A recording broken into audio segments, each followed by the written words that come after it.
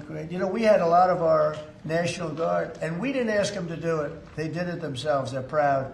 They're great. And they were picking up paper. They were cleaning. The place looked really beautiful. So we have a great Washington, D.C. We, as you probably know, we're going into Memphis, and we're going into some other cities, and very soon we're going to go into Chicago. It will be safe for the World Cup. If I think it isn't safe, we'll move it into a different city. Absolutely. We'll take the world. If I think it's not, it's actually a very fair question. If I think it's not safe, we're going to move it out of that city. If, like the governor of Illinois, who is, you know, look, last week, between last week and the week before, 11 murders, and 38 people were shot. Then he gets up and he says, this is a very safe. And then he says crime is better. The reason crime is better is because Cash put, about 5 months ago, a whole team of FBI people there to get ready for when we go in, and they've lowered it a little bit, you know, like 20, 25%, which isn't good enough, but it's a good start. But that was only put there because they're preparing for us to go in. And they've done, by the way, they've done a good job. So then Pritzker gets up, we've lowered crime 25, it's because the FBI was here. So, no, if any city we think is going to be even a little bit dangerous for the World Cup or for the Olympics, you know, where they have Olympic overthrow, right? But for the World Cup in particular, because they're playing in so many cities, we won't allow it to go to, we'll move it around a little bit. But I hope that's not going to happen, yeah. Mr. President, Director Patel this morning indicated that the shooter in Dallas had been using an app to track ICE. Does your administration have any plans to take down those apps or get them removed? Or any well, I can't tell you about that, but it tells you when they want to wear masks or they want to hide a little bit, why that's so important. But these are great patriots, the ICE, and what a tough job they have. What an unbelievably tough job they have. And think of it, what are they doing? They're taking hardcore criminals out of our country and putting them back. These were largely criminals that were given to us by Joe Biden and his group of radical maniacs that surrounded this desk, just like these people surround the desk now, but they're not maniacs, they're very solid people. Thank you, sir. I'm glad I prefaced it. But they're great. We have a great cabinet. We have great people. And he didn't have great people. He had terrible people. Look at Afghanistan. Look at the people he had running our military. That could happen. The most embarrassing day in the history of our country was Afghanistan. And 13 young people died. They don't ever talk about the 38 that were horribly wounded with legs and arms and everything else, really horribly wounded.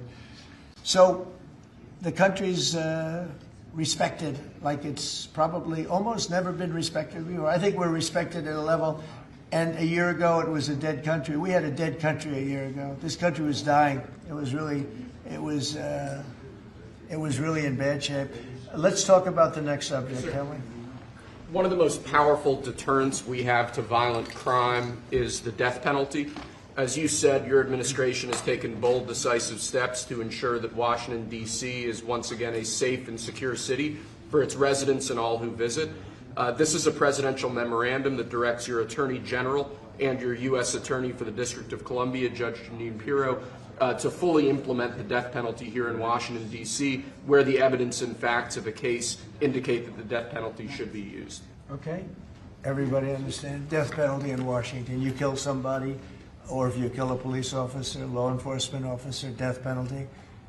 And hopefully there won't be that. So again, it's way down. I mean, we have had week after week after week where we haven't had a murder. I said that the other day in front of the president of Poland.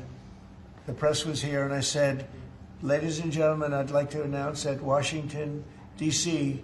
has not had a death in 4 weeks, a murder. And he looked at me and goes, is that good or bad? You know, he's saying, what kind of a place is this? But it's true for years. I mean, every week, essentially, somebody got killed or more than one. And this is a very safe city right now. We don't play games. And, you know, it's interesting. We took these careers out, career criminals. They call them careers. They left the word criminal out. But we took the careers out of here. And they're now brought back to their homes, or they're in jail, or they're in a jail in another country. And hopefully they're not coming back. and we have to maintain it. You can't just leave, and we have to maintain it. We've gotten along fairly well with the mayor. You know, she's getting a party that hates that the city's becoming safe. I mean, they're actually criticizing her because the city's becoming safe. But this is becoming this is right now a very, very safe city. This went from the most unsafe city in the country to the safest city in the country. There's no city any safer. That's a pretty big achievement. And we really did it in 12 days. But if you add an extra week to it, that'd be nice. And I mean, you can go out to dinner. Restaurants are booming. You know, the restaurants were dead. They were dead. Even if you got to the restaurant, then somebody would come in and hold you up. You know, they'd hold up the whole restaurant. They go to Uber. Young ladies in the White House, they'd call Uber for protection.